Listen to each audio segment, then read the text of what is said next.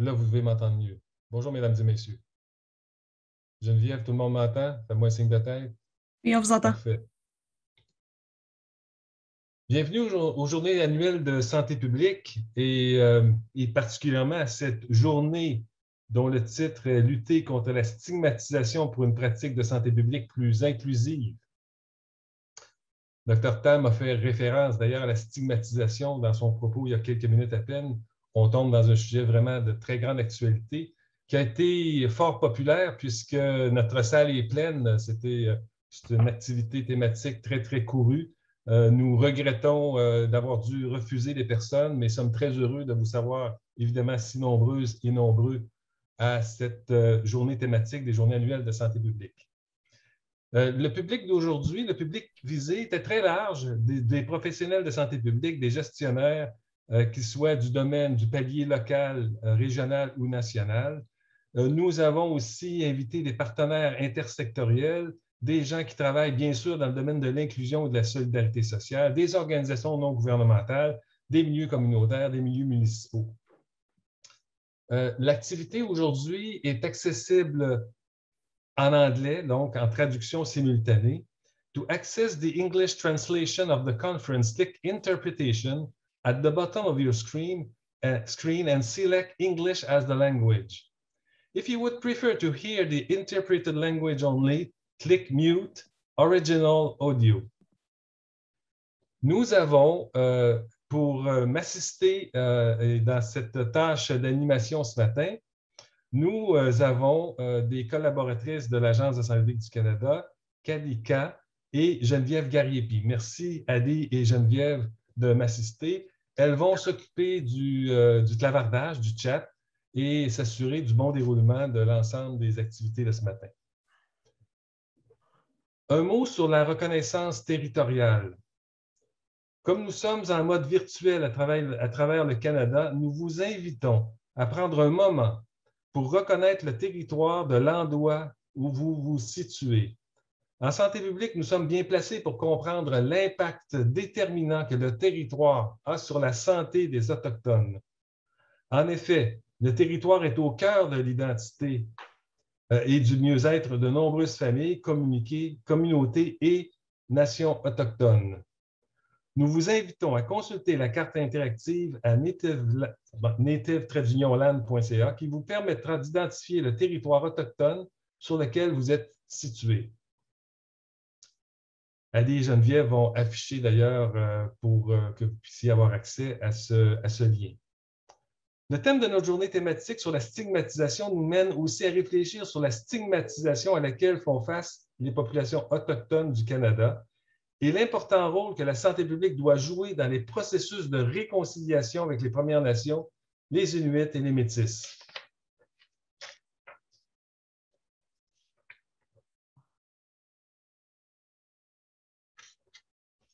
Je vous informe que toutes les conférencières et tous les conférenciers que vous entendrez aujourd'hui et demain, aux deux demi-journées, ont fait des déclarations à l'effet qu'ils et ils n'avaient aucun intérêt ou conflit d'intérêt à déclarer. Pour le bon déroulement des activités de ce matin et de demain, nous vous invitons à, autant que possible, garder vos caméras ouvertes. Nous sommes nombreux, nombreuses.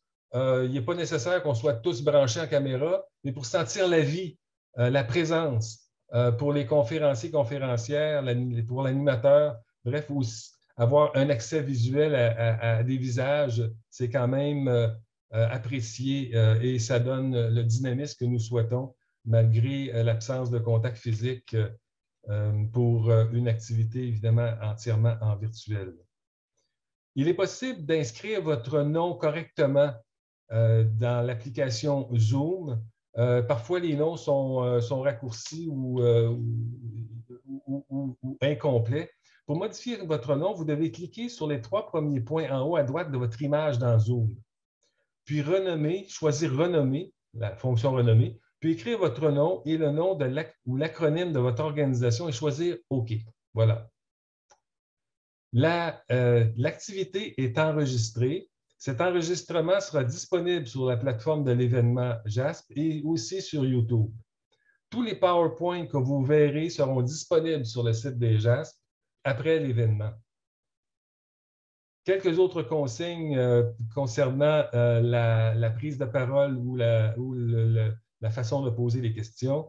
Vous pouvez évidemment utiliser la fonction clavardage. C'est celle qui est privilégiée quand il y a évidemment beaucoup de monde. Vous êtes familière avec l'utilisation de cette fonction. Vous savez que vous allez sélectionner Envoyer à tout le monde et que tout le public pourra donc avoir accès à la question que vous posez. Il sera aussi possible, au cours des périodes de questions, de poser des questions orales et à ce moment-là, nous pourrons également les prendre. Si vous avez une difficulté, un pépin technique quelconque, vous pouvez envoyer un message dans le clavardage spécifiquement à l'équipe technique en sélectionnant « Envoyer à Team et Luxi ». Nous parlons de stigmatisation aujourd'hui et demain. Un mot de contexte avant de céder la parole à notre premier conférencier. La stigmatisation est un processus qui met à l'écart des personnes à cause de leurs différences et leur impose des stéréotypes négatifs. Les actrices et les acteurs de santé publique peuvent prévenir les risques de stigmatisation et ainsi contribuer à une société plus inclusive et en santé. Ils peuvent jouer ce rôle grâce, d'une part, à leur compréhension des impacts des déterminants sociaux comme l'éducation, l'emploi, le logement et les services de santé sur l'état de santé, et d'autre part, grâce à la mise en place d'interventions populationnelles visant l'équité en santé. Ces interventions devraient prendre en considération l'intersection de plusieurs stigmates chez certains groupes de population et mettre en place des pratiques exemplaires fondées sur les données probantes pour contrer leurs effets indésirables.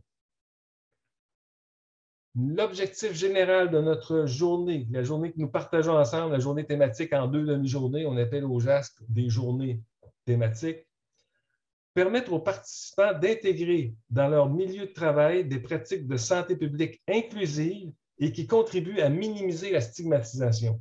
De façon plus spécifique, permettre aux participantes et aux participants d'expliquer les concepts reliés à la stigmatisation, de reconnaître les mécanismes par lesquels opère la stigmatisation dans différents contextes dans le domaine de la santé publique. Et 3, décrire les interventions et des actions concrètes, montrer des actions concrètes qu'on peut mettre en place pour réduire la stigmatisation dans notre pratique. Alors, vous le savez, 2 demi-journées, aujourd'hui, demain matin. La première demi-journée, aujourd'hui, nous aurons 2 présentations d'experts. Nous aurons des tables rondes. En fait, il y aura 3 tables rondes en simultané. Vous allez choisir l'une d'entre elles, bien sûr. Et il y aura un petit mot de conclusion. Et la journée de demain ou la demi-journée de demain, il y aura aussi des ateliers en sous-groupe, une présentation du cadre d'action de l'Agence de santé publique du Canada sur la stigmatisation, un retour en grand groupe suite à l'atelier en sous-groupe, des entrevues d'experts et une synthèse. Alors, ça me fait plaisir d'assurer l'animation ce matin. Je me souviens, je ne sais pas si je me suis présenté, Réal Morin, je suis médecin et conseil à l'Institut national de santé publique du Québec, impliqué dans les journées annuelles de santé publique depuis plus d'une vingtaine d'années, et j'ai accepté avec plaisir et vu comme un honneur le fait de pouvoir animer ce sujet très, très important de la stigmatisation aujourd'hui. Écoutez, nous commençons donc dès maintenant par un jeu questionnaire et vous allez avoir à l'écran les questions, mais moi, je ne les vois pas à l'écran. Alors, j'ai un petit problème technique que je vais résoudre. Je ne sais pas trop. Ah, je les vois là. C'est bon, c'est réglé. Alors, les questions sont les suivantes. Je viens de perdre les questions, monsieur le technicien. Est-ce que vous le voyez? Vous cliquez Là, sur sondage. Sondage en bas. Ou le. Sondage en Déjà bas. lancé. La première question, c'est le concept de stigmatisation trouve ses origines dans quelle discipline? Et on a des choix, la psychologie, la psychologie, la science politique ou l'anthropologie.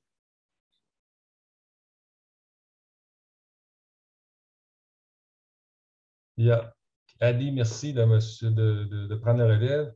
Il y a une bonne réponse à donner. À fournir. Alors là, je les vois, les réponses. Alors, 67 % des gens nous disent que c'est la sociologie, 33 % l'anthropologie et 0 % la psychologie et la science politique. Alors, la bonne réponse, c'est la psychologie, n'est-ce pas? C'est bien ça. On passe à la seconde.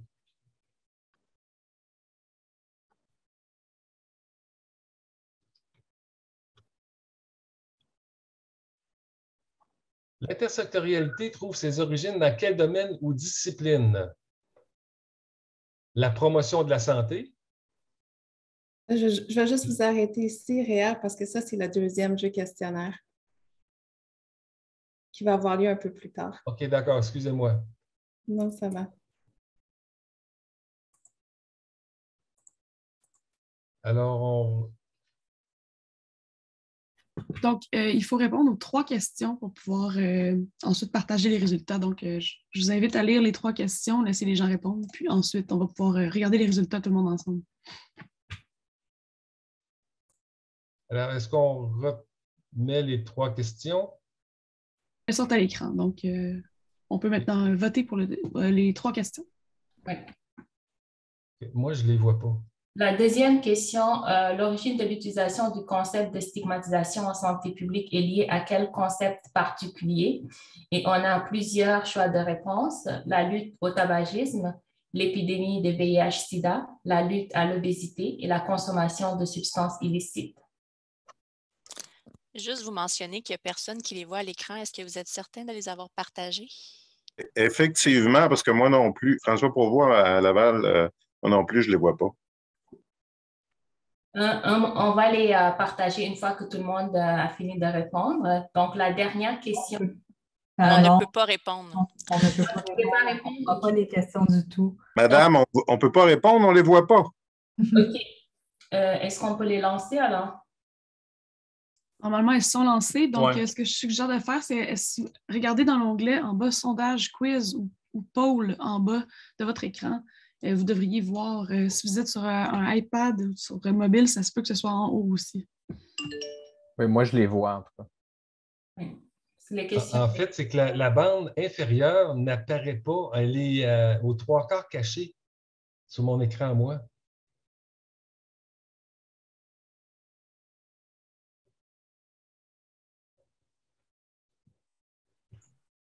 Peut-être que votre fenêtre est trop grande. Vous pouvez essayer de la bouger ou Peut-être de que la c'est ça, rapetisser. là. Comment je fais ça?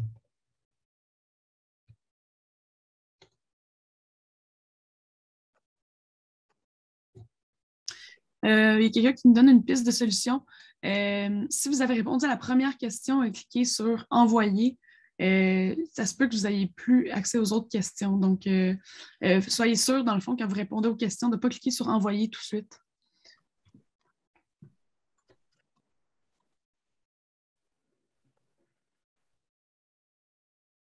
Si vous avez accédé à la rencontre d'aujourd'hui par un furteur web, vous n'aurez pas accès au sondage. Le sondage est accessible pour ceux qui se sont connectés avec leur propre compte Zoom. Donc, ça peut être une piste de solution aussi là, si jamais vous êtes connecté via le web et non sur l'application Zoom. Ça peut peut-être expliquer mon problème.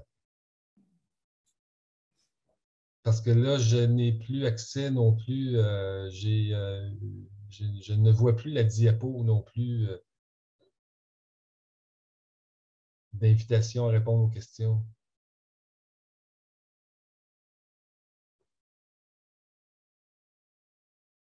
sur l'icône de Zoom, vous allez peut-être retourner à ce moment-là dans votre dans l'application, vous allez voir à nouveau les diapositives et tout, et les gens et tout ça.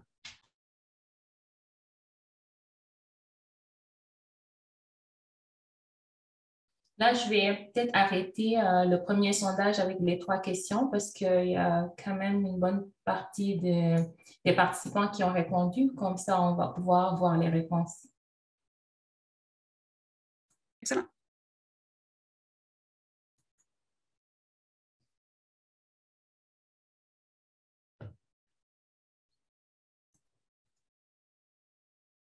OK. Écoutez, j'ai toujours de la difficulté à me connecter. Je me demande, Adi ou Geneviève, si vous ne devriez pas présenter les résultats, si les gens ont répondu. Oui. OK.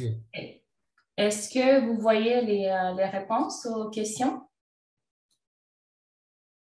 Oui, moi, je les OK, vois. là, je viens de voir apparaître une fenêtre. D'accord. Okay. Je viens de voir apparaître une fenêtre. Donc, finalement, la psychologie cote fort. Peut-être que j'avais annoncé la réponse avant que les gens répondent. Bref, 81% des répondants ont mentionné la psychologie. C'était la bonne réponse.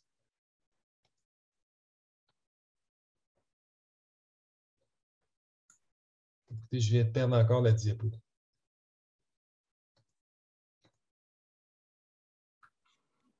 Je crois que j'aurais dû rejoindre par l'horaire et non pas par l'application. Alors, je me demande si je ne me reconnecte pas autrement, mais là, j'ai peur d'impliquer un délai dans la suite des choses. Que vous soyez connecté par l'horaire ou par un lien direct, ça mène à la même place. Donc, si vous avez des problèmes, vous risquez d'avoir les mêmes problèmes si vous revenez dans un autre endroit. Vous pouvez redémarrer si vraiment tout bug, mais sinon normalement, c'est les mêmes liens. Bon, écoutez, Adi ou Geneviève, pouvez-vous finaliser la partie du questionnaire? Je vais présenter le conférencier, me déconnecter, me reconnecter pour pouvoir poursuivre mon animation ensuite. Parfait. Donc, la deuxième question, c'était l'origine de l'utilisation du concept de stigmatisation en santé publique est liée à quel contexte particulier. Donc, on a 4% qui disent que c'est la lutte au tabagisme, 81% à l'épidémie de VIH, 8% à la lutte à l'obésité et 8% aussi à la consommation de substances illicites. Geneviève, est-ce qu'on a la réponse à la question? Ou on va laisser... Oui, M. Dessy, est-ce que vous la connaissez? Les gens découvrir la réponse avec la conférence de Michel tout à l'heure. Et la troisième question, c'était quelles valeurs peuvent être mobilisées par l'analyse éthique de la stigmatisation? Donc, il y avait c'est une question à choix multiple, au fait. Et les choix de réponse étaient l'utilité, la liberté, l'autonomie, la bienfaisance et puis la non-malfaisance. La non-malfaisance, la protection d'autrui, l'intégrité et l'équité. Donc, les gens ont choisi à peu près plusieurs choix de réponse et on va voir tout à l'heure avec la présentation de Michel Désy ce qu'il en est. Donc, ça fait une bonne transition pour peut-être Réal que vous présentez notre prochain conférencier. Oui, tout à fait. Merci. Encore une fois, désolé pour ces incidents techniques.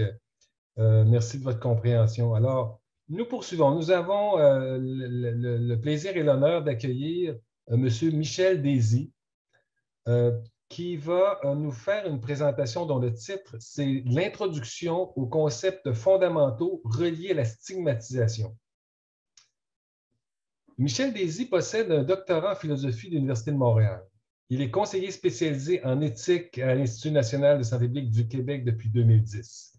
Il est aussi secrétaire du Comité d'éthique de santé publique depuis 2018. Il est également chargé d'enseignement en éthique au département de médecine sociale et préventive de l'École de santé publique de l'Université de Montréal. Je connais bien Michel, c'est un collègue à l'Institut. Il fera une conférence, je suis certain, qui vous intéressera beaucoup. Mais merci, Michel, d'avoir accepté cette invitation. Je te laisse la parole. Je vous quitte quelques instants pour me rebrancher. J'espère que tout se passera bien de mon côté ensuite. Alors, merci. Je vous rejoins tout de suite. Merci, Michel, encore une fois. Merci, Réal. Bon, j'espère que moi, j'aurai pas de problème technique. Est-ce que tout va bien de votre côté? C'est beau. Tout est beau? Parfait. Donc, comme le dit Réal, moi, je travaille à l'Institut national de santé publique comme conseiller en éthique. Je suis aussi coordonnateur des travaux du Comité d'éthique de santé publique. Puis, ce que je vais vous présenter aujourd'hui, c'est le résultat de travaux qu'on a fait de notre côté pour soutenir les réflexions du CESP en matière de stigmatisation. Donc, vous ne le savez sans doute pas, mais le Comité d'éthique de santé publique, il y a un de ses mandats, c'est de regarder tous les plans de surveillance de l'état de santé de la population au Québec. Et puis, cette question-là de la stigmatisation, elle revient souvent. Pourquoi? Parce qu'en surveillance, qu'est-ce qu'on fait? On surveille des problèmes de santé dans la population et puis on croise ces problèmes-là avec des caractéristiques de la population pour savoir un peu est-ce que ces problèmes-là sont plus prévalents chez X, dans une population X ou une population Y. Alors, excusez-moi. D'une certaine manière, la stigmatisation en santé, en surveillance est quelque chose comme inévitable, puisqu'on va toujours essayer de réfléchir à ce lien-là. Par exemple, est-ce que le diabète est plus prévalent dans un groupe de population X plutôt que Y? Donc, si vous trouvez que le diabète est plus prévalent dans un groupe X plutôt que Y, d'une certaine manière, vous vous retrouvez à peut-être associer un problème de santé à une population particulière. Et dès lors qu'on associe un problème de santé à une population particulière, on commence à s'avancer dans une situation où il y a peut-être un risque de stigmatisation. Alors, il y a beaucoup de plans de surveillance qui ont été soumis au Comité d'éthique de santé publique où ce risque de stigmatisation-là avait été soulevé. Je me souviens d'un plan de surveillance pour la région de Montréal où on associait, on faisait une analyse par quartier d'actes de violence. Donc, je vous passe les détails des indicateurs, là. Donc là, est-ce que ça avait le potentiel de stigmatiser quand on faisait ces analyses-là par quartier? Bien, effectivement, oui. La question qu'on se pose ensuite au Comité d'éthique de santé publique, c'est est-ce que c'est nécessaire de procéder à la production de ces données-là? Mais effectivement, ça arrive souvent que c'est nécessaire parce qu'on a le goût de le savoir. Souvent, les communautés concernées veulent aussi savoir s'il y a des problèmes particuliers sur leur territoire. Et donc, la question de savoir si on doit produire ces données-là, elle se pose, mais souvent, on a envie d'aller de l'avant. La question maintenant pour le comité d'éthique dans ces contextes-là, c'est qu'est-ce qu'on fait dès lors qu'on produit ces données-là? Est-ce qu'il y a des façons de réduire ou de prévenir le risque de stigmatisation? C'est souvent la question qu'on se pose. Or, donc, avec la surveillance de l'état de santé de la population, j'ai oublié de dire que je n'avais pas de conflit d'intérêt.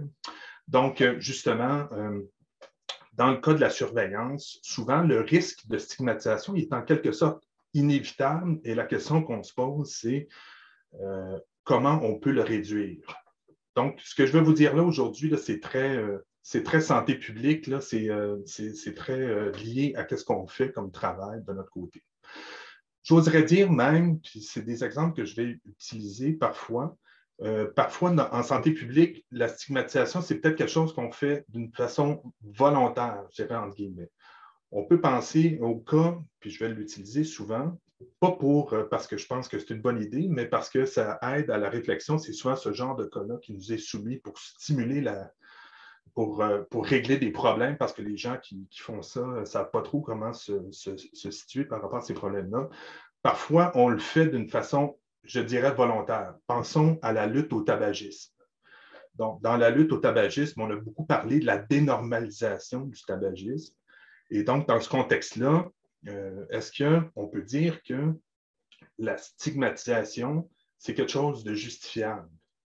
Donc, c'est une question aussi qu'on s'est posée chez nous parfois dans certains travaux. Puis, on peut penser aussi dans le cas de la pandémie, est-ce que pointer du doigt les gens qui sont anti-vaccins, est-ce que c'est quelque chose qui est justifiable? Donc, on peut se demander si ça peut servir des objectifs de santé publique. Donc, essentiellement, la définition que je vais donner ici, elle va aussi nous permettre de distinguer la discrimination, la stigmatisation, de la stigmatisation et aussi l'étiquetage. Donc, on va voir un peu comment ça peut être distingué. Donc, les travaux qu'on offre là c'est des éléments de réflexion peut-être qui pourraient servir plus tard là, dans les cas que vous allez traiter dans la journée, mais c'est très niché, je dirais, dans les travaux qu'on a faits et dans les travaux où on se demande effectivement si est-ce que c'est des cas limites. Là. Donc, comme je disais, la lutte au tabagisme, je ne sais pas moi, par exemple, les passeports militaires, les passeports vaccinaux, est-ce qu'il y a quelque chose de justifiable ou non là-dedans, dans la discrimination, par exemple, que ça peut amener envers les personnes qui ne les ont pas. Donc, au comité d'éthique de santé publique, il était nécessaire de mettre à jour un outil qu'on avait déjà fait en 2003. Donc, les travaux qu'on vous présente, qui datent d'environ 6 ans. Donc, est-ce qu'il devrait être mis à jour à la lumière des problématiques qu'on considère aujourd'hui, par exemple, sans doute. Donc, mais ce n'est pas un exercice qu'on a fait de notre côté. Donc, dans l'historique, je vous ai dit, il y avait une question là-dessus tout à l'heure. Donc, les travaux sur la stigmatisation, ça prend essentiellement son origine dans des travaux qui ont été faits par Goffman et en psychologie sociale et qui essayaient de caractériser les relations entre les personnes stigmatisées et d'autres groupes qu'on pouvait distinguer selon leur rapport à la stigmatisation. Donc, les gens qui ne sont pas stigmatisés, ceux qui stigmatisent ou encore les alliés des personnes stigmatisées. Donc, il y a eu un besoin de faire une définition dans l'historique de la stigmatisation, du concept de stigmatisation, une définition qui était plus près du domaine de la santé. Donc, comme une des questions le disait tout à l'heure, ça a pris beaucoup de naissance dans les travaux sur l'épidémie de VIH-Sida dans la communauté gay dans les années 80-90. Donc, vous allez voir un peu dans les éléments de définition de la stigmatisation comment ça peut être tributaire là, de ce qui s'est passé à ce moment-là. Donc, ça, c'est les éléments de définition que Dakin, surtout, avait proposé dans son texte. Alors, le premier élément, ça fait référence au fait que la maladie qui est l'objet de stigmatisation, le problème de santé, est conçu comme évitable et sous le contrôle des personnes affectées. Bon, prenons un exemple, prenons le tabagisme. Est-ce que si vous développez des problèmes de santé suite au fait que vous avez fumé, est-ce que c'est conçu comme évitable et sous le contrôle des personnes affectées? Bien, souvent, on a envie de dire d'une certaine manière, oui, là, si vous pouvez toujours arrêter de fumer, même si ça peut être difficile de le faire ou, en fait, le tabagisme, l'usage du tabac, c'est quelque chose qui est addictif.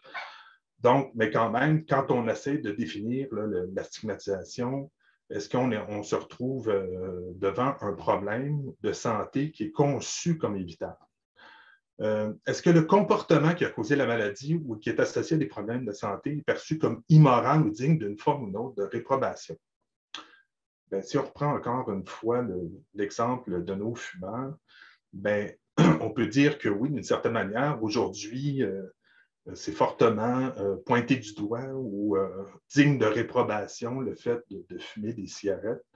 Et donc, le comportement qui a causé le problème de santé, disons ici, je ne sais pas moi, de l'emphysème ou n'importe quel problème de santé qui pourrait être associé au tabagisme, c'est conçu maintenant comme digne de réprobation. Donc, essayez pas de vous allumer une cigarette autour d'une table dans une résidence privée aujourd'hui. Ça risque de ne pas passer.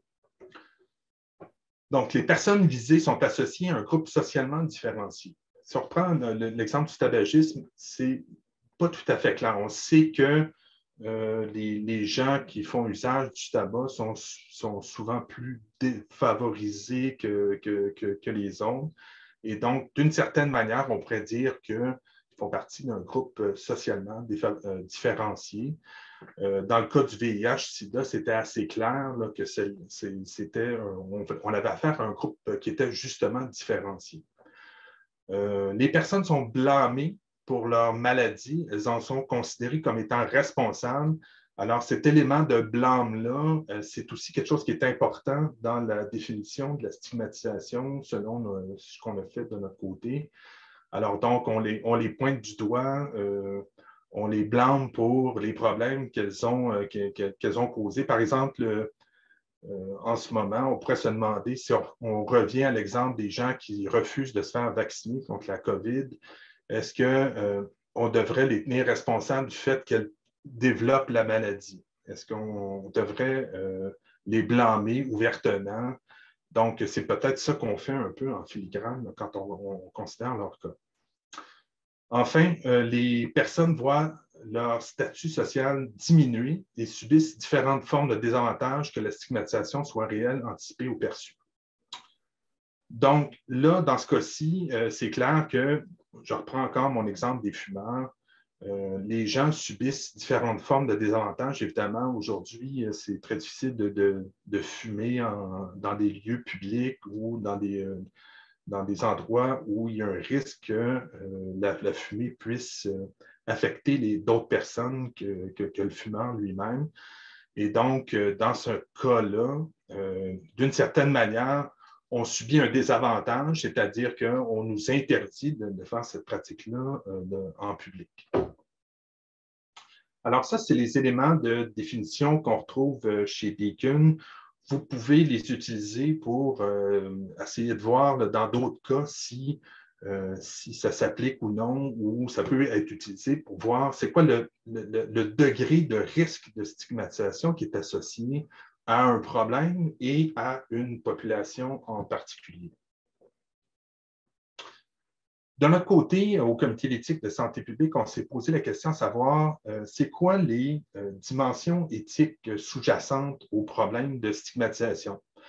Bien, les exemples que j'utilise sont des exemples assez radicaux, mais c'est le genre de problème qu'on nous soumet chez nous. Lorsque c'est clair que la stigmatisation est à éviter ou qu'elle est inacceptable, on ne vient pas nous voir avec le problème à savoir comment on peut se dépatouiller avec des actions de santé publique qui pourraient en causer d'une certaine manière la stigmatisation.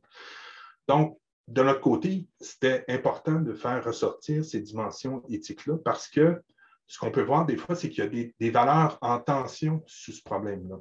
Alors, si on vise, par exemple, à faire réduire l'usage du tabac dans la population puis qu'on le dénormalise, on va se retrouver dans un dilemme éthique, souvent, où il y a des valeurs qui vont tirer de chacune de leur côté, puis on va se retrouver devant un dilemme, finalement. Et alors, on va essayer de se fixer, d'essayer de trouver une façon de fixer nos intuitions par rapport à ça, puis essayer de voir c'est quoi comment on pourrait résoudre des problèmes qui sont associés à ça.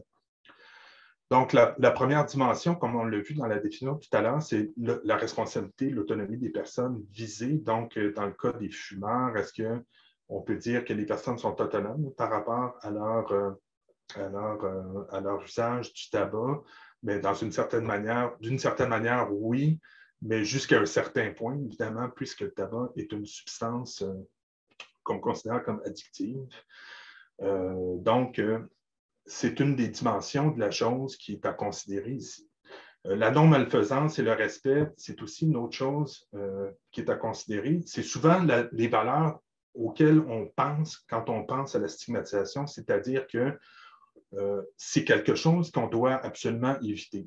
la non-malfaisance, ça fait référence à cette chose-là, cette dimension-là, c'est-à-dire qu'il faut absolument ne pas stigmatiser.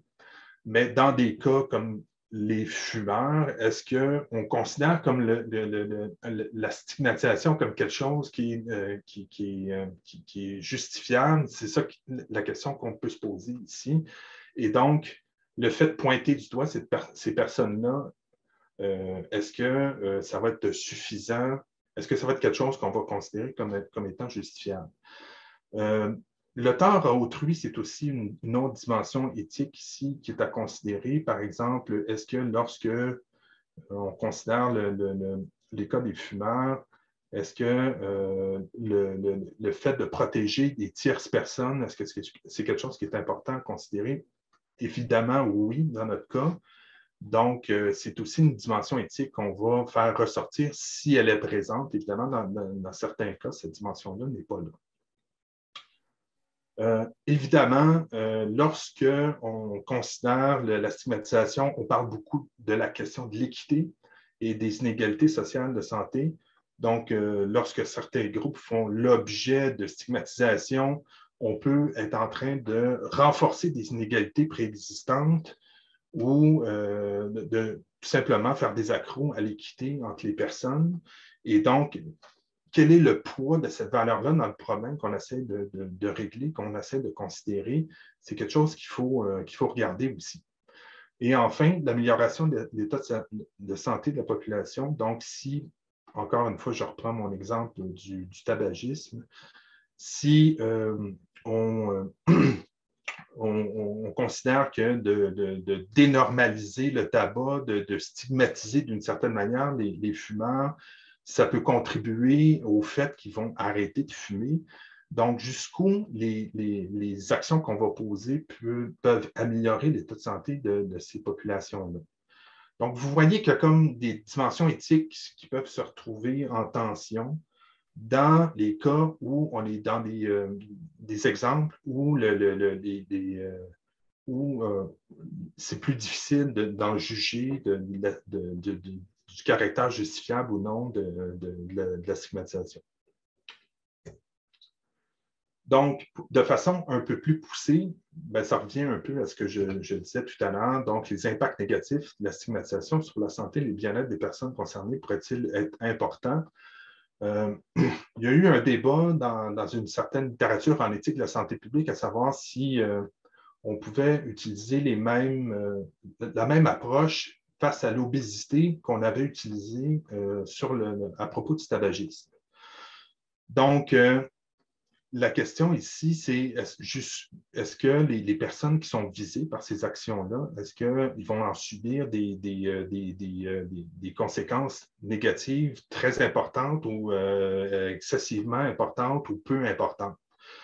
Donc, on sait sur des travaux qui ont été menés sur le cas de l'obésité que lorsqu'on faisait des actions qui ressemblaient un peu à ce qu'on faisait en tabac, ou une des conséquences des campagnes, par exemple, ce serait de faire en sorte que les gens se sentent coupables par rapport à leur poids. Donc, ce qu'on s'est rendu compte dans les expériences, c'est que ça empirait le problème, ça ne contribuait pas à améliorer leur santé. Donc, l'impact psychologique négatif était très important dans ce cas-ci. Alors, c'est quelque chose qu'on doit évaluer dans ces circonstances-là.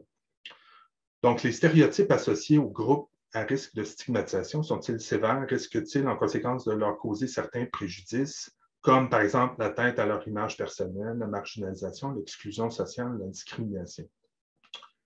Donc, on peut, dans certains cas, s'imaginer des cas où, par exemple, en surveillance de l'état de santé dans la population, où on vient à renforcer des stéréotypes qui sont associés à certains groupes. On a parlé des Premières Nations tout à l'heure. Je sais qu'il y a, par exemple, il y a une enquête dans le Grand Nord du Québec qui est faite auprès des Inuits à chaque 4 ans ou 5 ans, où certaines des questions d'enquête ont un grand potentiel de stigmatisation, c'est-à-dire qu'ils visent à documenter des problématiques qui sont vécues localement.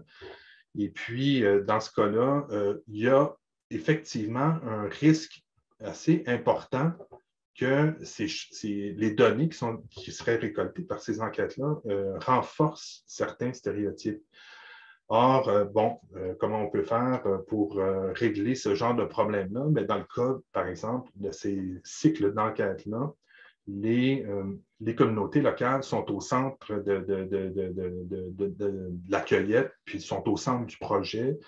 Donc, c'est elles-mêmes qui cherchent à mieux connaître l'état de santé des populations locales pour pouvoir se donner des leviers d'action pour pouvoir adresser ou plutôt, c'est un anglicisme, plutôt essayer de régler ce genre de problème-là. Donc, toujours d'une perspective de santé publique, l'action qui est considérée, le risque de stigmatisation associé renforce-t-il des inégalités sociales préexistantes? C'est évidemment une question qu'on doit se poser. Donc, est-ce qu'on est en train de pénaliser les personnes issues de ces groupes-là lorsque on s'apprête à poser des actions comme, par exemple, de déployer des cycles d'enquête ou de faire des plans de surveillance? Donc, ça pourrait être ce type d'action-là qui pourrait justement exacerber les risques de stigmatisation. Alors, encore une fois, qu'est-ce qu'on fait quand on essaie de prévenir ces risques-là? Bien, on peut justement faire des partenariats avec les communautés concernées pour s'assurer que les données soient utilisées à bon escient pour s'assurer qu'elles contribuent effectivement à améliorer la santé des personnes visées, y compris celles qui sont ou qui pourraient être stigmatisées. Donc, vous voyez un peu comment cet outil-là peut se déployer pour essayer de régler des problèmes où on n'est pas trop sûr là, comment avancer en santé publique par rapport à ce type de problème-là. Jusqu'où peut-on attribuer une part de responsabilité personnelle au comportement à la source du problème? Bon, vous voyez qu'on fait référence à un élément de la définition de Deakin de tout à l'heure. Donc, on peut s'imaginer que plus on est prêt à attribuer une part de responsabilité, plus peut-être on va se dire que qu'est-ce qu'on s'apprête à faire, ça peut être justifiable. Je pense ici aux personnes qui refusent de se faire vacciner, qui sont hésitantes par rapport à la vaccination contre la COVID. Est-ce qu'on peut leur attribuer une part de responsabilité personnelle à ce type de comportement-là? Puis jusqu'où on peut le faire? Puis, si on se dit qu'on peut le faire, est-ce qu'on se permet de les pointer du doigt puis de les considérer comme étant responsables, par exemple, du fait qu'ils attrapent la COVID s'ils l'attrapent? Enfin, le comportement identifié comme source du problème cause-t-il du tort à autrui en nuisant à leur santé? Bien, dans le cas du tabagisme ou de la COVID, c'est assez clair que oui. Donc, ça aussi, ça va être quelque chose qui peut-être va aider à nous situer dans une espèce d'intervalle où on va se dire que certaines actions pourraient être justifiables, comme par exemple, est-ce que le passeport vaccinal, c'est justifiable, même si ça cause, même si ça stigmatise, même si ça crée de la discrimination, en fait. Donc, c'est peut-être quelque chose qui va rentrer en ligne de compte dans notre jugement. Donc, les cas concrets, mais j'en ai parlé tout à l'heure, donc je ne reviendrai pas là-dessus. Je crois que j'ai pas mal utilisé tout mon temps, donc je vais m'arrêter ici si vous avez des questions ou des commentaires. Merci beaucoup, Michel, pour ce propos éclairant. Bien sûr, on a quelques minutes pour des questions. Utilisez le clavardage de préférence. Et l'animateur a toujours le privilège de poser la première, puis lui, de ne pas utiliser le clavardage pour la poser oralement. Alors, je vais le faire pendant que les gens ils rédigent leurs questions. Dis-moi, Michel, en santé publique, depuis quand même pas mal d'années, on parle d'environnement favorable à la santé et de facteurs environnementaux qui expliquent les problèmes de santé, notamment sur le tabagisme et sur l'obésité.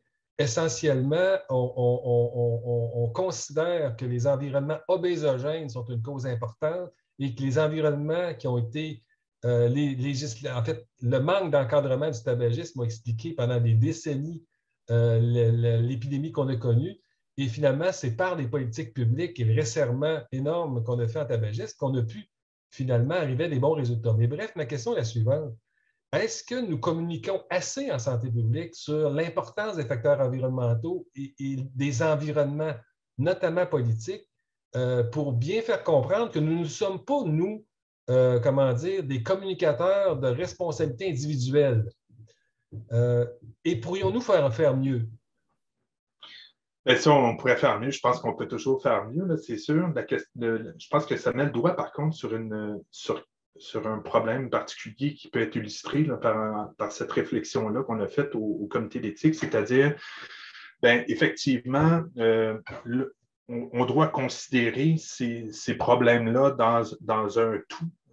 C'est-à-dire que là, l'environnement social, le politique doit être considéré aussi lorsqu'on vise à évaluer la part de responsabilité individuelle là, par rapport aux problèmes qui sont considérés ici. Par contre, il reste toujours cette part de responsabilité individuelle-là. Puis souvent, quand on est en promotion de la santé, on travaille beaucoup sur cette part-là. Donc, on fait des campagnes, on vise les comportements, les croyances des personnes. Et donc, c'est peut-être ce bout-là qui porte un risque de stigmatisation en soi. C'est-à-dire que, d'une manière peut-être inévitable ou même, je dirais, dans certains cas volontaires, on dit « ce que vous faites là, ce n'est pas correct, vous devriez arrêter de le faire et puis vous devriez changer vos comportements pour avoir une meilleure santé. » Donc, mais c'est à considérer, comme tu dis, comme un tout, je crois, d'une certaine manière. Et là, quand on évalue ces facteurs-là, il faut les considérer. Merci beaucoup. Nous avons Lucie Lapierre qui nous pose la question suivante. En termes de stigmatisation, est-ce que la même logique s'applique à l'âge, qui n'est pas un comportement et qui n'est pas évitable? Une très bonne question. Oui, sans doute. On s'est posé cette question-là par rapport à la vulnérabilité chez les personnes âgées. Est-ce que ça peut être stigmatisant pour les personnes âgées d'être considérées comme vulnérables? Alors, on peut s'imaginer qu'on peut étiqueter les personnes âgées étant donné qu'elles atteignent un certain âge, mais il y en a beaucoup là-dedans qui sont parfaitement autonomes, qui ont des vies actives. Et donc, on pourrait peut-être aussi considérer que la vulnérabilité, ça peut en soi être quelque chose qui est étiquetable, qui est étiqueté par rapport à ces groupes de personnes-là. Donc, sans doute que oui, on peut aussi le mettre certains de ces cas-là à travers cette moulinette-là conceptuelle. Merci beaucoup. Muriel nous pose la question suivante, une question que je vais lire, que vous pouvez voir à l'écran aussi. Selon le présentateur, comment contribueraient les structures sociétales de pouvoir, de privilèges et d'oppression, par exemple, le sexisme, racisme, agisme, capacitine, je ne connais pas le mot, à la stigmatisation et à la discrimination à l'endroit de certains groupes? Car être âgé ou handicapé n'est pas forcément une maladie. Oui, effectivement, là, la définition qu'on a à faire, c'est vraiment pour des problèmes de santé en santé publique. Donc, c'est pour ça que je disais au départ, est-ce qu'on a besoin de s'ajuster ou est-ce qu'on aurait besoin de faire en sorte de mieux adapter la définition qui est offerte ici pour considérer d'autres cas plus larges? Je crois que oui, personnellement. Par contre, il y a déjà des éléments dans la définition qui est là qui peuvent justement répondre à la question qui a été posée. Effectivement, lorsqu'on considère le risque de stigmatisation, il est certainement plus élevé lorsqu'on considère des groupes qui sont déjà désavantagés. Et donc, là, dans ces cas-ci, il faut les considérer plus de façon plus intégrer cette dimension-là dans notre réflexion. Mais c'est vrai, on parle vraiment ici de problèmes de santé d'un point de vue de santé publique. Là. Merci, Michel. Je crois qu'on a le temps pour une dernière question. Jean-Sébastien Fallu nous pose la question suivante. Les exemples où la stigmatisation est utile d'un point de vue de santé publique dans une perspective globale, incluant les causes multiples des comportements et les effets pervers, me semblent rarissimes. Y en est-il, est-ce qu'il y en a qui ont fait l'objet d'une analyse poussée qui justifierait une stigmatisation explicite et intentionnelle? C'est une très bonne question, ça. Ben, j'imagine que, d'une certaine manière, la réflexion sur les passeports vaccinaux, si on les considère comme étant des outils justifiables, alors on est en train de se dire que la stigmatisation qui vient avec, elle est aussi justifiable dans un équilibre des inconvénients et des bénéfices là, vu d'un point de vue de santé publique. Mais est-ce qu'on devrait mettre des limites à ces passeports-là? Est-ce que ça devrait arrêter à un certain moment donné? Est-ce qu'il y a d'autres facteurs qui ont été pris en compte dans leur déploiement? Ça, c'est toutes des questions qu'on pourrait se poser, puis on n'aura pas ce débat-là ici, là, mais effectivement, là, ça peut être un exemple en ce moment où je pense qu'on rallierait une certaine majorité de personnes, peut-être ici autour de la table, derrière ce genre de mesures-là, même si elles sont effectivement stigmatisantes et discriminatoires. On s'entend qu'on discrimine avec un passeport, mais on empêche les gens de faire des choses qu'ils auraient envie de faire sur la base de leur statut vaccinal. Merci.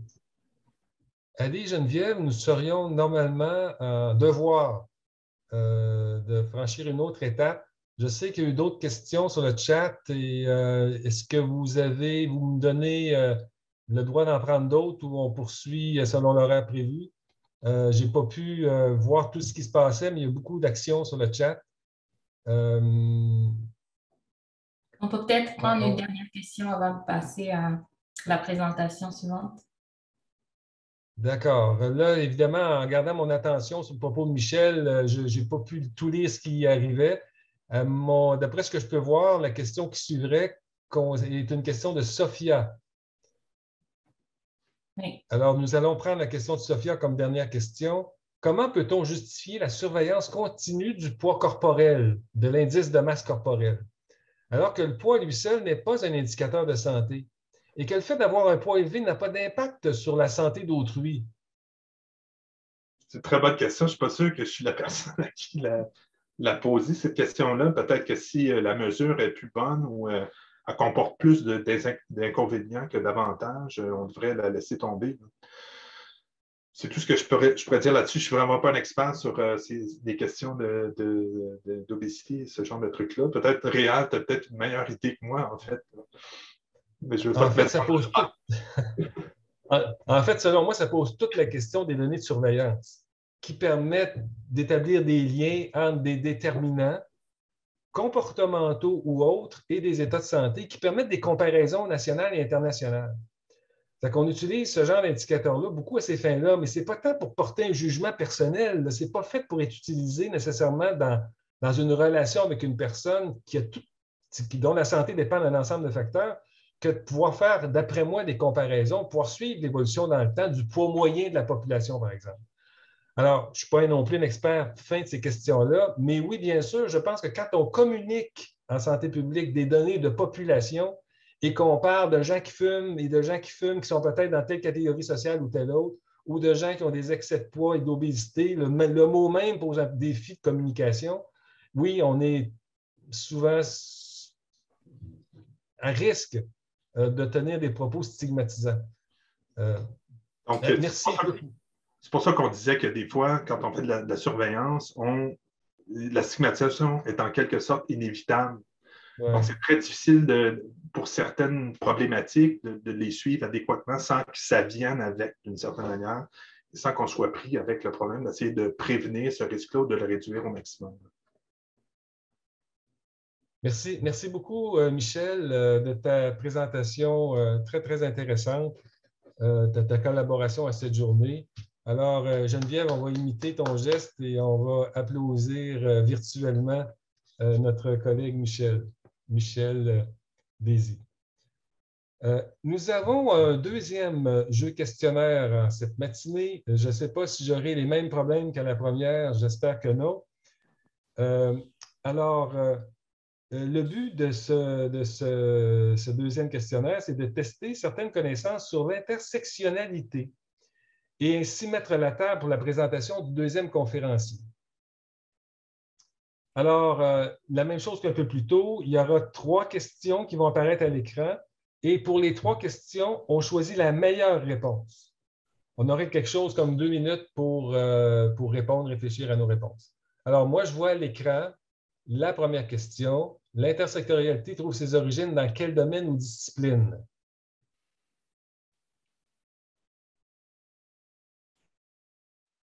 Donc, juste pour préciser, les questions ont été refaites une par une, donc tout simplement répondre à la seule et unique question qui est à l'écran. D'accord. Il y en a une à l'écran, alors la voici, et les 2 autres vont suivre, n'est-ce pas? Exactement. D'accord. Alors, quand on voit que ça cesse de bouger à l'écran, alors c'est qu'on est prêt pour la seconde. Tout à fait. Alors, moi, devant moi, ça s'est fixé pas mal. Autour de 32 promotion de la santé, 37 le féminisme noir, 8 la psychologie et 23 le travail social. Alors, on va aller à la suivante et nous aurons les réponses ensuite.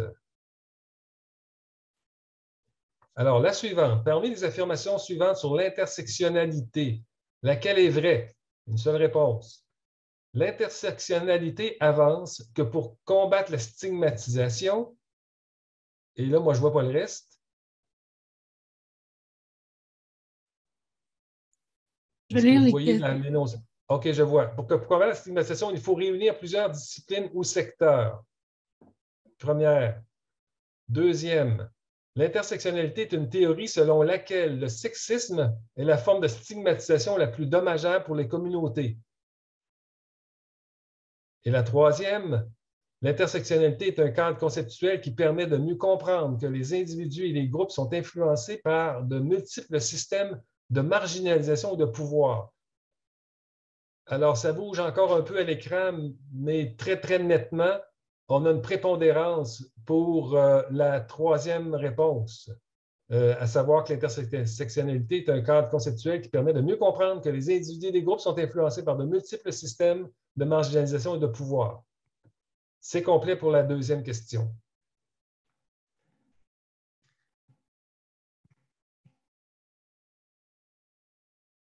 Et pour la dernière, on a un vrai ou faux. L'intersectionnalité est synonyme de l'approche des déterminants de la santé. Selon les 2 approches, les iniquités de santé ne sont jamais le résultat d'un seul facteur. Alors, on y va pour les réponses. Ça bouge encore.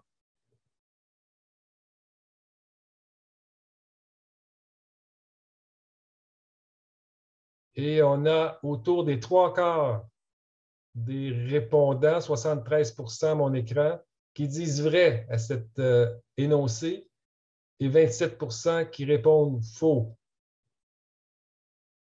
Alors, on aura les réponses dans quelques instants.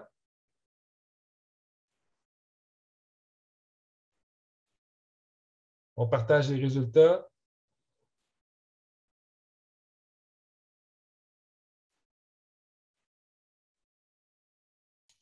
En fait, les bonnes réponses ne sont pas affichées. Donc, il faut les dire à Ne sont pas affichés. Ce sera le conférencier qui va nous y répondre. Voilà. Parfait. Aussi rajouter les bonnes réponses dans le chat pour ceux qui sont curieux. C'est bon? Alors, nous arrivons à la présentation suivante, dont le titre, c'est l'intersectorialité des stigmates. Quand les multiples formes de stigmatisation s'entrecroisent. Nous avons le plaisir d'accueillir M. Olivier Ferlat. M. Ferlat est professeur adjoint à l'École de santé publique de l'Université de Montréal et chercheur régulier au Centre de recherche en santé publique. Ses travaux de recherche sont axés sur la relation entre la stigmatisation, la marginalisation et la santé mentale chez les communautés 2S LGBTQIA+. Merci, M. Ferlat, d'avoir accepté notre invitation et nous vous écoutons très attentivement. Merci beaucoup. Je vais tenter le partage d'écran.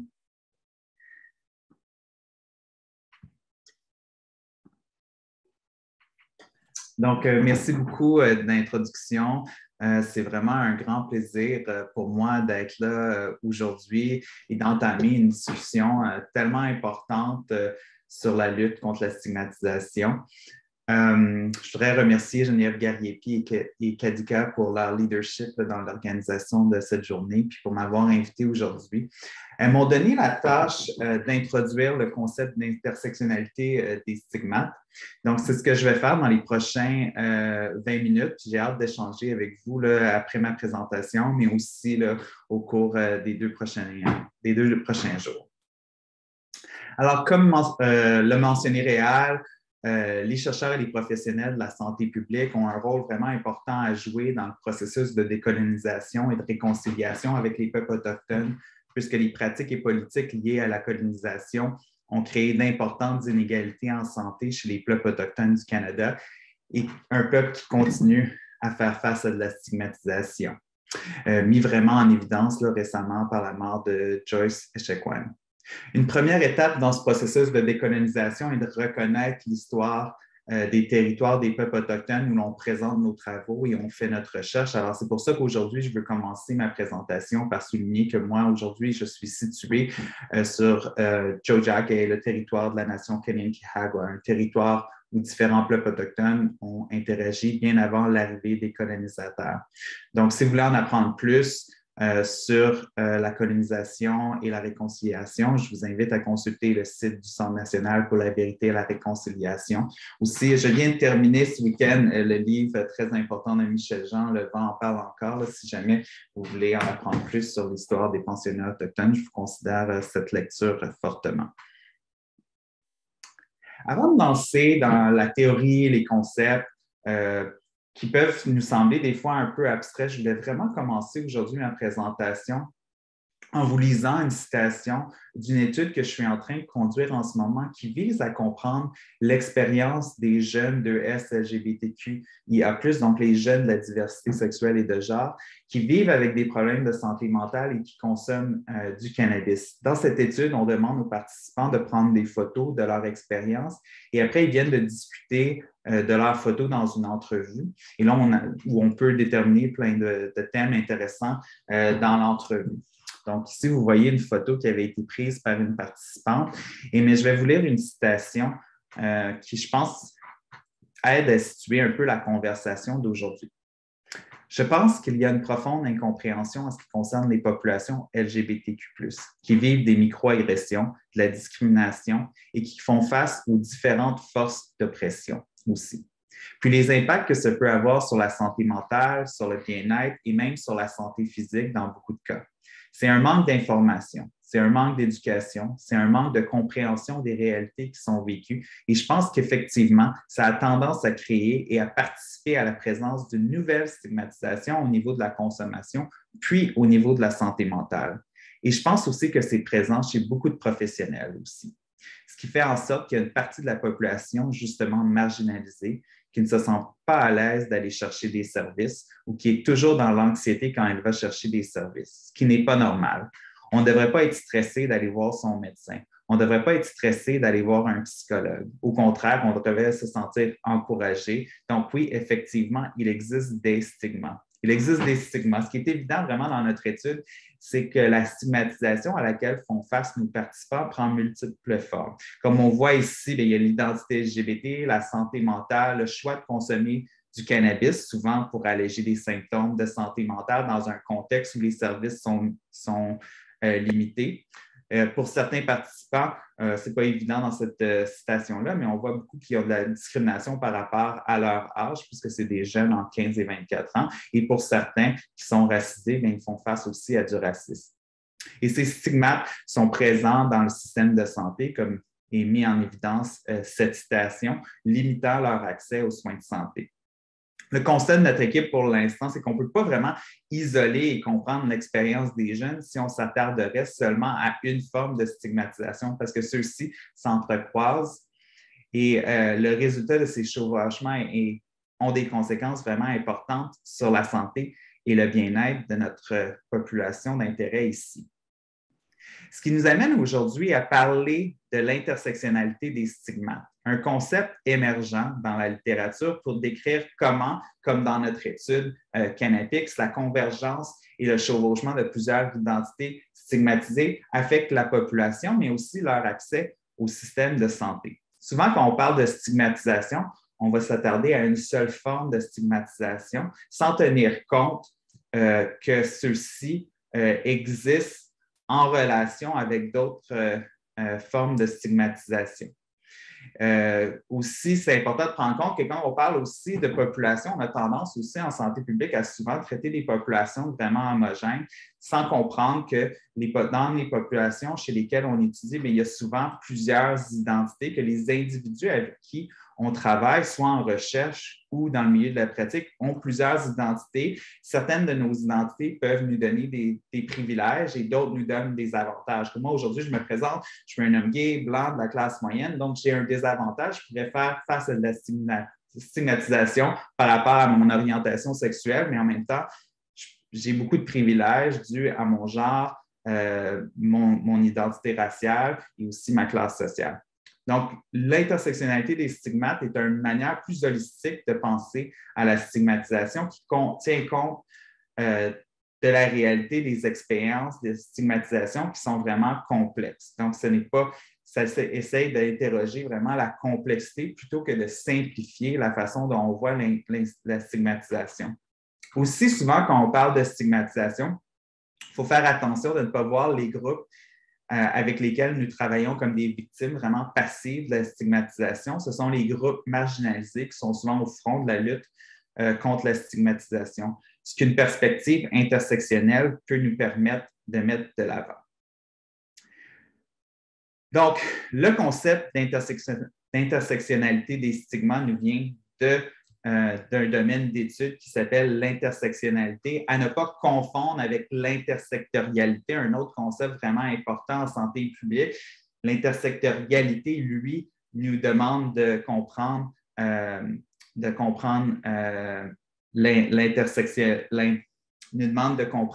comment différents secteurs peuvent interagir ensemble. L'intersectionnalité est différente. Bon, il y avait une question ici, est-ce que ça vient de la promotion de la santé? Non, c'est un cadre théorique. Des fois, c'est défini comme étant une théorie ou une méthodologie de recherche, mais en fait, c'est vraiment un cadre théorique qui est issu des études féministes noires. Et souvent, c'est décrit comme étant une des contributions les plus importantes des études féministes. C'est un terme qui a été avancé vers la fin des années 1980 par une chercheure et juriste, Kimberly Crenshaw, et qui a été aussi développé beaucoup par les travaux de Patricia Hill Collins dans un livre qui s'appelle Black Feminist Thought, qui a été publié en 1990. Mais c'est important de comprendre que les idées avancées par l'intersectionnalité existent depuis beaucoup plus longtemps dans les sciences sociales et particulièrement dans les études féministes noires, mais aussi chez les féministes autochtones et les féministes queer. Par contre, ce n'est pas un concept qui est vraiment né de l'Académie des sciences de l'université. Le concept de l'intersectionnalité, c'est quelque chose qui a été avancé pendant très longtemps par les militantes, particulièrement les militantes noires aux États-Unis. Déjà en 1851, l'abolitionniste afro-américaine et militante pour les droits de vote des femmes, Sojourner Truth, avait fait un plaidoyer en 1851 où elle disait « Ain't I a woman? Suis-je pas une femme? » Car son expérience de femme noire n'était pas représentée dans les discours des hommes noirs et ni dans les discours des femmes blanches. Donc, elle posait la question « Ain't I a woman? » Comment, à cause que sa race ne lui permettait pas de se sentir représentée par les autres militantes féministes.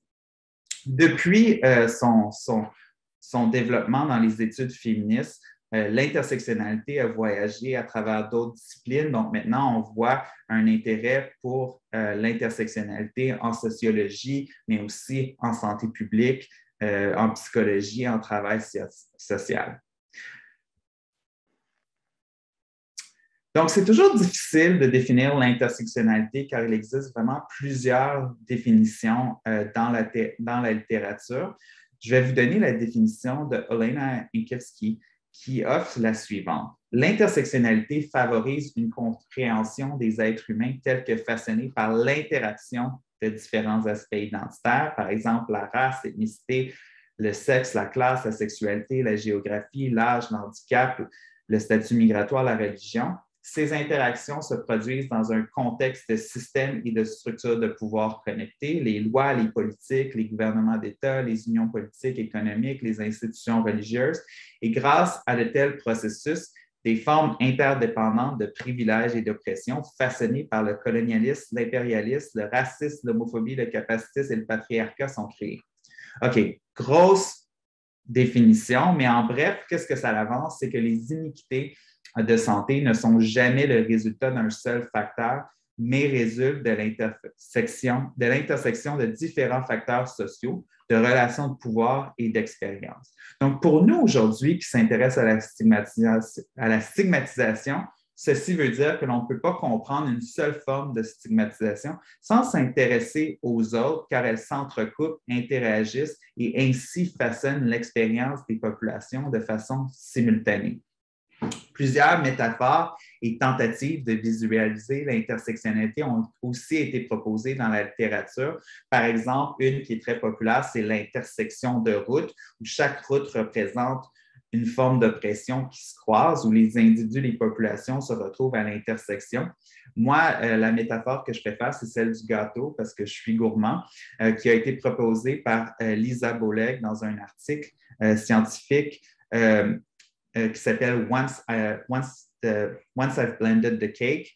Mais la métaphore venait directement d'un participant de sa recherche, un homme noir gay, qui qui lui a répondu quand il lui demandait des questions sur ses identités. Il dit, pour moi, il est difficile de séparer mes identités. Une fois que le gâteau est mélangé, on ne peut plus en extraire les ingrédients, on ne peut plus extraire la farine, on ne peut plus extraire les œufs, on ne peut plus extraire le lait.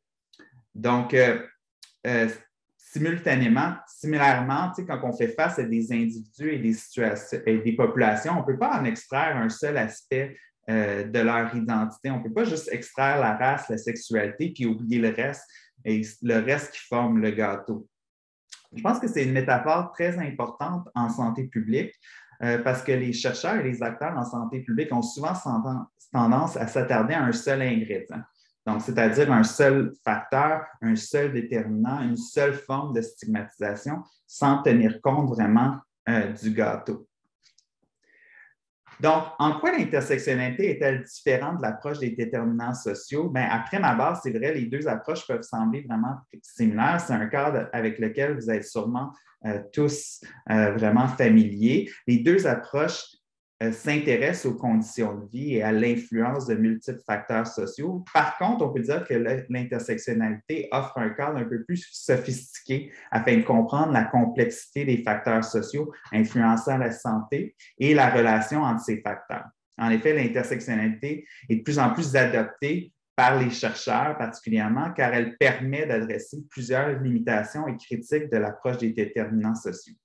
Par exemple, l'approche des déterminants sociaux a tendance à se limiter à des listes prédéterminées, comme celle de l'Agence de santé publique, alors que pour l'intersectionnalité, pour chaque problème de santé, on essaierait de déterminer quels sont les facteurs, quelles sont les formes de stigmatisation qui sont importantes pour ce problème-ci.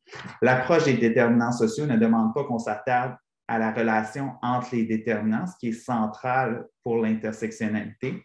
L'approche des déterminants reste beaucoup au niveau des individus. Alors, il y a un manque de compréhension du contexte plus large et des inégalités structurelles. Par exemple, moi, je travaille longtemps avec les minorités sexuelles, puis souvent, quand on parle de stigmatisation, on parle juste de ce qui se passe au niveau micro et même au niveau des individus. Pendant longtemps, la seule forme de stigmatisation qu'on voyait influençant la santé des populations LGBT, c'était la stigmatisation internalisée. Le problème avec ça, c'est qu'après, la solution, ce n'est pas de changer la société où les personnes vivent, mais c'est d'essayer de réparer les personnes LGBT qui souffrent de stigmatisation internalisée. Donc, il y a une attention insuffisante au pouvoir avec l'approche des déterminants sociaux de la santé. Je voulais vous donner un exemple de ma propre recherche. Moi, je me suis longtemps intéressée au suicide chez les hommes gays, bisexuels et queer. Ça fait partie beaucoup de mon programme de recherche dans les dernières années. Un groupe qui a été vraiment traité dans la littérature scientifique et même par la santé publique de façon très homogène, sans reconnaître le fait que cette population-là est diversifiée au niveau de l'âge, la classe sociale, l'ethnicité. Donc, c'est un groupe qui est reconnu comme ayant un haut taux, un risque plus élevé du suicide, ce qui est expliqué habituellement dans la littérature par l'homophobie et la stigmatisation associée à l'orientation sexuelle. Par contre, quand on regarde les données, ici, c'est des données qu'on avait publiées, quand on s'intéressait, est-ce qu'il y a des groupes, des sous-groupes dans cette population qui sont à risque plus élevé de suicide comparativement aux hommes? Donc, dans un sondage d'hommes gays, bisexuels et queer, on a identifié qu'il y avait 3 groupes qui étaient à plus haut risque du suicide. Les hommes bisexuels en relation avec un homme, qu'on interprète, qui font face, en plus de faire face à de l'homophobie, dans la communauté LGBT, ils peuvent faire face à de la biphobie. Les hommes qui s'identifient comme autochtones et finalement ceux qui n'ont pas complété d'études universitaires et qui ont un faible revenu, donc ceux qui auraient une classe sociale inférieure. Des résultats qu'on a aussi similaires à ce qu'on a vu aussi dans notre étude qualitative. Donc, on a fait une étude qualitative similaire à celle que j'ai faite sur le cannabis qui demandait aux participants de prendre des photos de leur expérience du suicide. Donc, on avait eu 30 hommes qui avaient participé à cette étude-là. Et un des premiers facteurs qui est similaire à ce qu'il y avait dans la littérature, c'est que, bon, les personnes avaient fait une des causes qu'ils voyaient de leur pensée suicidaire, mais c'était souvent associé à la stigmatisation reliée à l'orientation sexuelle, une stigmatisation qui avait commencé très tôt, souvent dans l'enfance. Donc, plusieurs participants avaient grandi dans des milieux familiaux là, vraiment empreints de violence, où ils avaient subi beaucoup de violences physiques, psychologiques et des fois sexuelles. Donc, comme la personne qui avait pris cette photo-là de son école pour dire, c'est là où tout avait commencé pour lui. Par contre, à cause de cette stigmatisation-là face à l'orientation sexuelle, plusieurs avaient eu, comme je l'ai dit, une enfance violente et difficile et plusieurs des participants avaient abandonné l'école à un jeune âge, certains pour échapper justement à la violence ou pour aller dans une grande ville où l'homosexualité et la bisexualité étaient mieux acceptées, où ils feraient face à moins de stigmatisation. Par contre, sans diplôme et sans éducation, dans une ville où le coût de la vie est élevé, plusieurs avaient eu vraiment de la difficulté à trouver un emploi bien rémunéré et ont vécu dans des situations bien précaires et ont fait face à de la stigmatisation en lien avec leur classe sociale. Comme le participant qui avait pris cette photo-ci, c'est un homme bisexuel qui venait de perdre son emploi, il vivait dans une précarité, il faisait face à de la stigmatisation face à cette situation. Et là, il avait pris la photo de sa boîte aux lettres avec tous les factures qui s'entassent pour décrire l'aspect socio-économique associé à son histoire suicidaire. Finalement, ce qu'on voyait, un thème important chez les participants, c'était l'isolement, le manque d'appartenance et l'isolement. La plupart n'avaient plus de lien avec leur famille ou de lien fort ou avec des réseaux sociaux avec leur famille ou avec le réseau social de leur enfance à cause de leur sexualité, mais plusieurs ont raconté dans l'étude qu'il y avait aussi eu de la difficulté à faire un réseau social au sein de la communauté parce que plusieurs avaient subi de la stigmatisation ou du rejet à cause de leur classe sociale, leur statut sérologique ou bien à cause de leur appartenance ethnique. Par exemple, la personne qui avait pris la photo ici, c'était un homme asiatique gay et c'était intéressant dans l'entrevue, il était incapable de dire de séparer ses identités. Quand il parlait de ses identités, il en parlait toujours de façon ensemble. Il disait toujours « je suis un Asiatique gay ». Il n'était pas capable de dire « je suis asiatique, je suis gay » parce que pour lui, il était impossible de diviser ses identités. Aussi, ce qu'on a vu dans cette approche-là, c'est que plusieurs aussi avaient commencé à perdre, dans cette étude-là, c'est que plusieurs avaient aussi commencé à perdre leur réseau social qui était déjà limité. Celui-ci s'était vraiment effrité quand il y avait eu des problèmes de santé mentale à cause de la stigmatisation, justement associée à la dépression, au suicide. Donc, qu'est-ce que ça permet justement? C'est quoi les implications? Je voulais vous donner un exemple, que ce soit un peu plus concret, mais c'est quoi les implications de l'intersectionnalité pour la santé publique et la lutte à la stigmatisation? Ça nous permet vraiment de pousser notre analyse et notre compréhension au-delà des simples identités. Et c'est important de comprendre que ce n'est pas simplement en additionnant des expériences ou la superposition qu'on dirait d'identité ou de stigmate qui est important. Donc, c'est beaucoup plus compliqué. Comme quand on parle à une personne racisée LGBT, on ne peut pas dire que cette personne-là a le même vécu que les personnes LGBT plus le vécu des personnes racisées. Selon l'intersectionnalité, il y a quelque chose de beaucoup plus important, une nouvelle forme de stigmatisation qui pourrait exister à l'intersection de ces identités-là. L'intersectionnalité nous permet justement aussi, comme je le disais, d'aller un peu plus loin du micro pour que la solution ne soit pas vue chez les personnes, mais qu'elle soit vue au niveau politique, au niveau des lois, au niveau des interventions, au niveau sociétal, attire l'attention sur l'hétérogénéité souvent méconnue ou peu reconnue de certains groupes, comme par exemple les hommes gays bisexuels qui sont souvent vus comme un monolithe, et produit des connaissances beaucoup plus précises sur la façon dont les individus vivent réellement la stigmatisation. Je voulais prendre un petit moment pour adresser une critique que des fois j'entends par rapport à l'intersectionnalité, c'est que c'est très divisaire. Donc, on a des populations, puis là, après ça, on se dit, bien, on ne peut pas les traiter comme des monolithes, tout le monde a leurs propres besoins. Moi, j'ai travaillé très longtemps dans la prévention du VIH, un contexte où les ressources étaient vraiment insuffisantes.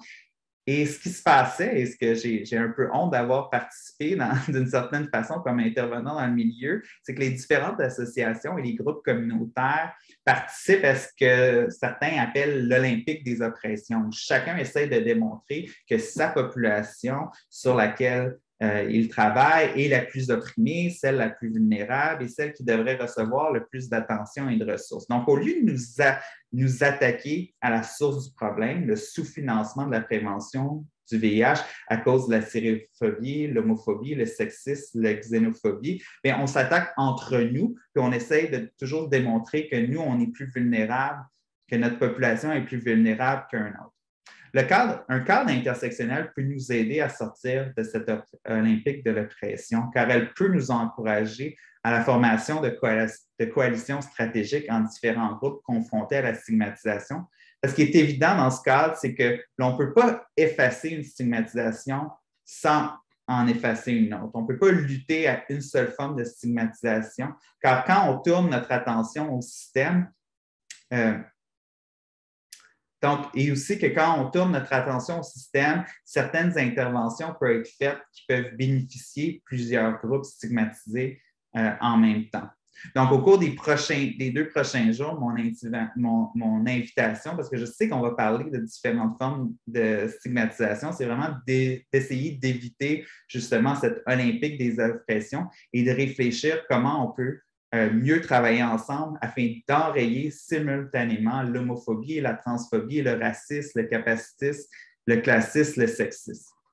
Et aussi de penser comment on peut mobiliser de manière significative et authentique les personnes touchées. Car je ne pense pas qu'on va y arriver seul en santé publique. On ne pourra pas lutter contre la stigmatisation sans les personnes touchées, parce que c'est eux souvent qui détiennent les solutions qui arrivent au changement. Donc, je vais conclure brièvement l'intersectionnalité avec quelques points. L'intersectionnalité met en lumière le fait que les différents stigmates n'agissent pas de manière indépendante et de cette façon qu'on ne peut pas lutter sur une seule forme de stigmatisation en isolation sans tenir compte qu'il faut aussi lutter pour toutes les formes de stigmatisation en même temps. L'intersectionnalité, par son attention aux différentes formes de stigmatisation, peut nous aider à comprendre de façon beaucoup plus précise l'expérience des personnes stigmatisées, mais aussi de mieux comprendre les systèmes de marginalisation et d'oppression, donc bouger au niveau beaucoup plus macro. Ça peut nous aider aussi à trouver des interventions plus efficaces afin de lutter contre la stigmatisation. Et c'est important de comprendre que c'est un champ en développement, particulièrement l'intersectionnalité en santé publique et dans le champ de la stigmatisation, mais je pense vraiment que c'est la voie de l'avenir. C'est un cadre qui peut vraiment nous aider à vraiment tenir compte de la complexité de la stigmatisation. Je voulais terminer par vous donner des outils, particulièrement si vous vous intéressez vraiment à la base de l'intersectionnalité, le livre Intersectionality par Patricia Hill Collins et Summer Bilge, un outil vraiment important, mais aussi des outils pour ceux qui sont plus chercheurs méthodologiques. Aussi, avec des collègues, on a publié, pour ceux qui sont dans les politiques publiques, un outil pour l'analyse des politiques publiques en tenant compte de l'intersectionnalité. Donc, il y a beaucoup d'outils. Malheureusement, il existe encore très peu d'outils francophones, mais j'espère que ça va venir bientôt. Puis je voudrais terminer aujourd'hui avec les mots de Patricia Hill Collins, car j'ai l'impression que l'intersectionnalité est un peu devenue un buzzword au cours des dernières années. Par contre, faire le travail de l'intersectionnalité, que ce soit en recherche ou dans le développement des politiques, c'est vraiment difficile, c'est ardu.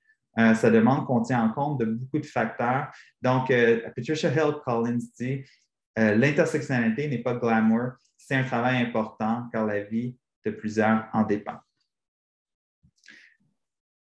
Je vous laisse avec mon courriel si jamais vous voulez me contacter. C'est le Facebook ou l'Instagram de mon laboratoire de recherche si jamais vous voulez nous suivre sur les médias sociaux. Et en apprendre un peu plus sur le travail qu'on fait avec les populations LGBTQ+. Merci beaucoup, Olivier, pour cette passionnante présentation. Oui, on a besoin de votre courriel, de votre numéro de téléphone, parce que sans doute qu'on va avoir à vous recontacter parce qu'on a beaucoup de chemin. Moi, j'ai appris beaucoup.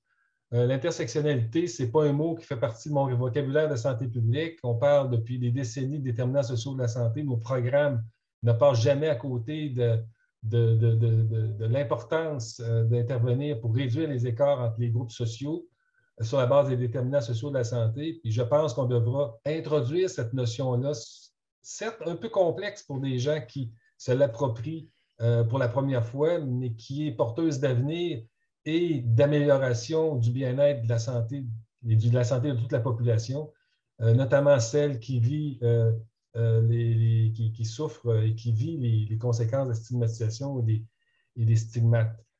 Écoutez, on n'a pas beaucoup de temps, mais on ne peut pas s'épargner de vous entendre à nouveau en répondant à quelques questions.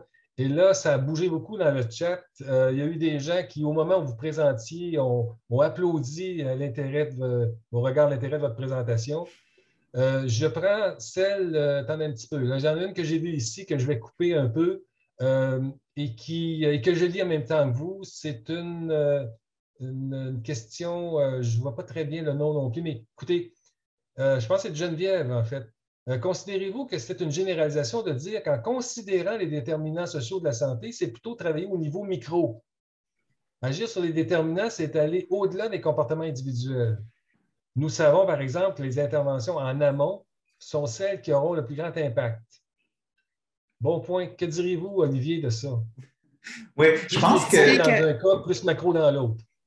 C'est une question de Mme Nathalie Osorio. D'accord, OK, parce que c'est difficile de suivre le chat en même temps. Merci de cette précision, Geneviève. Oui, il y a beaucoup d'activités sur le chat. C'est sûr, je pense que à la base, agir sur les déterminants sociaux ne devrait pas et n'est pas souvent seulement au niveau macro. C'est sûr que nous, on s'intéresse au big picture là, quand on pense aux déterminants sociaux. Malheureusement, j'ai l'impression de comment je le vois, moi, utilisé beaucoup dans le contexte de recherche ou dans les... ou des fois, comment ça peut être interprété, c'est un peu trop comme au niveau, justement, le micro. Donc, et je pense que ce qui est intéressant au niveau de l'intersectionnalité, c'est que ça nous permet de vraiment comprendre aussi d'amener cette importance-là, là, de nous viser vers le macro, mais aussi de prendre en considération vraiment l'importance de comment ces déterminants sociaux-là n'existent pas en isolation d'un de l'autre. Donc, souvent, puis j'ai été coupable de ça, moi, avant que je découvre l'intersectionnalité, de juste m'attarder à la sexualité, juste comme déterminants sociaux. Puis, je trouve que quand on pense à juste un déterminant à la fois, bien souvent, c'est là qu'on a tendance à tomber un peu plus dans le macro. Donc, souvent, la stigmatisation qui peuvent arriver dans un contexte individuel ou même internalisé, là, comme je le disais. Puis je pense que l'intersectionnalité peut nous amener justement à aller beaucoup plus loin dans notre analyse, puis toujours questionner, mais ce qui se passe au micro, en fait, est une réflexion et encouragée par le macro. Donc, la stigmatisation qui se passe, par exemple, si la stigmatisation qui se passe au niveau, on peut penser, par exemple, chez les minorités sexuelles, la stigmatisation qui se passe dans les écoles, bon, entre les élèves, mais c'est micro, mais c'est synonyme de quelque chose de beaucoup plus macro. Et donc, les interventions devraient être aussi au niveau macro-structurel. Et on sait que c'est les interventions qui vont avoir un plus grand impact. Très bien, merci. Camille nous demande, auriez-vous un exemple d'application concrète de l'intersectionnalité dans le domaine de la santé publique? Elle dit qu'elle travaille en réduction des méfaits et on sait très bien que les personnes qui font usage de substances psychoactives vivent beaucoup de stigmatisation à cause de leur consommation, parfois de leurs problèmes de santé mentale, situation d'itinérance, orientation sexuelle, etc. Il peut devenir difficile de penser à des interventions de lutte à la stigmatisation qui pourraient couvrir tout. Ce que j'entends de vous, l'intersectionnalité, c'est un peu ça, c'est qu'il faut faire ces interactions, ces intégrations-là, et éviter de compartimenter, en fait, les déterminants dans une approche d'intersectionnalité, si j'ai bien compris. On vous écoute. Oui, je pense que c'est ça, des fois, le danger. Puis malheureusement, je pense que les applications de l'intersectionnalité en santé publique sont pas très évidentes. Il n'y a pas eu beaucoup d'écrits là-dessus. C'est un cadre qui vient vraiment théorie. Puis pendant longtemps, les gens, il y a des gens qui ont dit ben, on peut pas mettre en pratique l'intersectionnalité. Donc, c'est un champ là, qui est vraiment en développement.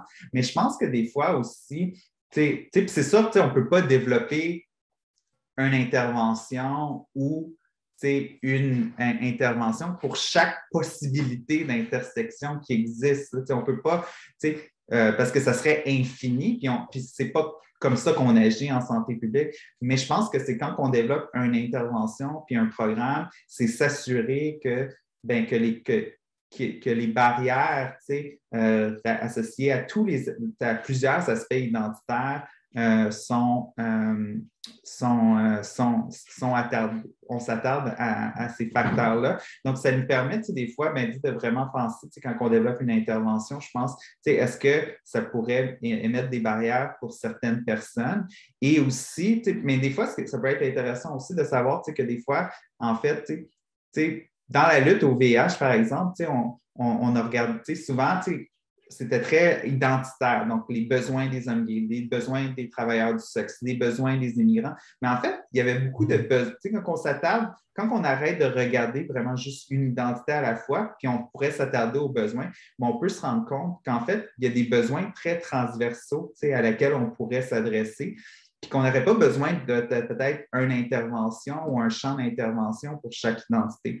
Donc, je pense que c'est peut-être pas un modèle pour définitivement développer une intervention pour chaque individu, mais ça peut nous donner un outil pour prendre du recul puis s'assurer que notre intervention ne contribue pas à stigmatiser certaines personnes. Puis une des choses aussi, c'est comme s'assurer que quand, moi en tout cas, c'est dans ma recherche, c'est s'assurer aussi que différents groupes identitaires sont représentés et consultés là, dans le besoin d'intervention.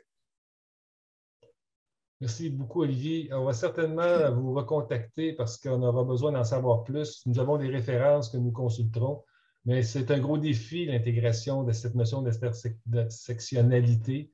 Mais c'est un défi que je pense que nous sommes prêts à relever en santé publique. On est des gens progressistes et on est soucieux du bien-être collectif et de toutes les personnes qui composent notre société. Alors, on va faire des progrès, c'est promis.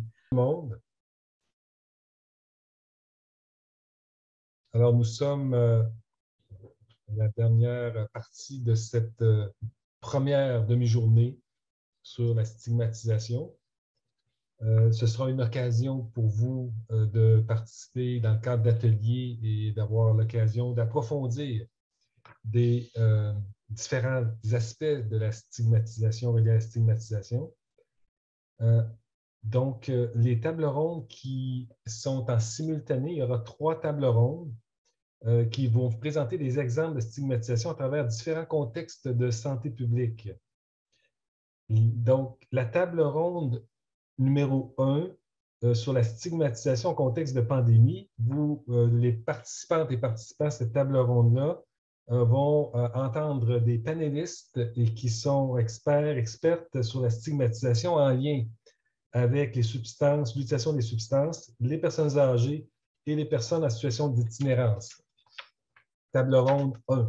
La table ronde 2, sur la stigmatisation et les interventions de prévention et de promotion de la santé, nous aurons des panélistes experts sur la stigmatisation en lien avec l'orientation sexuelle et l'identité de genre, l'obésité et les personnes en situation de handicap. Et comme vous voyez à l'écran pour la table ronde numéro 3, la stigmatisation et l'accès aux services publics, les panélistes experts vous entretiendront de l'identité raciale des Canadiens noirs, de l'identité raciale des personnes autochtones et des problèmes de santé mentale.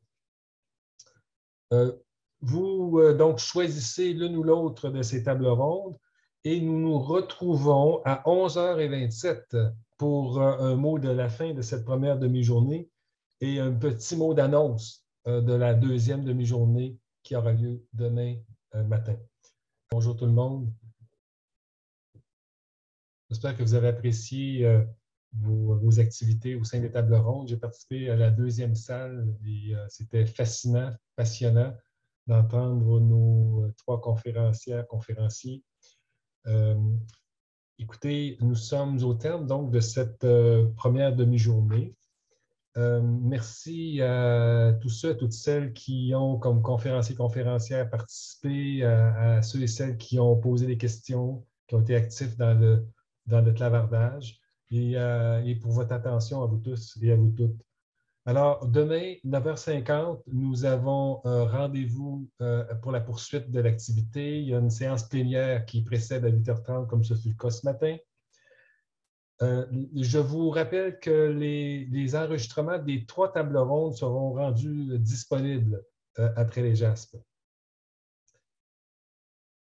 Alors, écoutez, en ce qui concerne l'activité de demain, peut-être un rappel bref. Il y aura des ateliers en sous-groupe et en grands groupes qui vont viser à développer les capacités des participantes et des participants à reconnaître les risques de stigmatisation et les bonnes pratiques d'intervention ou d'action à mettre en place. Il y aura aussi une présentation du cadre d'action de l'Agence de santé publique du Canada, donc qui va présenter des actions concrètes pour réduire la stigmatisation. Nous entendrons également 2 experts de santé publique sur les politiques publiques qui visent à prévenir la stigmatisation et à favoriser l'équité en santé, ainsi que les défis et les perspectives d'avenir. Dr Mylène Drouin, la directrice de santé publique de Montréal, et le Dr David Martin-Milo, qui est médecin conseil dans le domaine des dépendances et président de Médecins du Monde Canada. N'oubliez pas aussi, dans votre programme d'activité JASP, qu'il y a des affiches et des kiosques auxquels vous pouvez accéder virtuellement. Ça se passe à l'heure du midi, avant la reprise en début d'après-midi. Sur ce, mesdames et messieurs, merci à nouveau et au plaisir de vous revoir demain, tous et toutes présentes.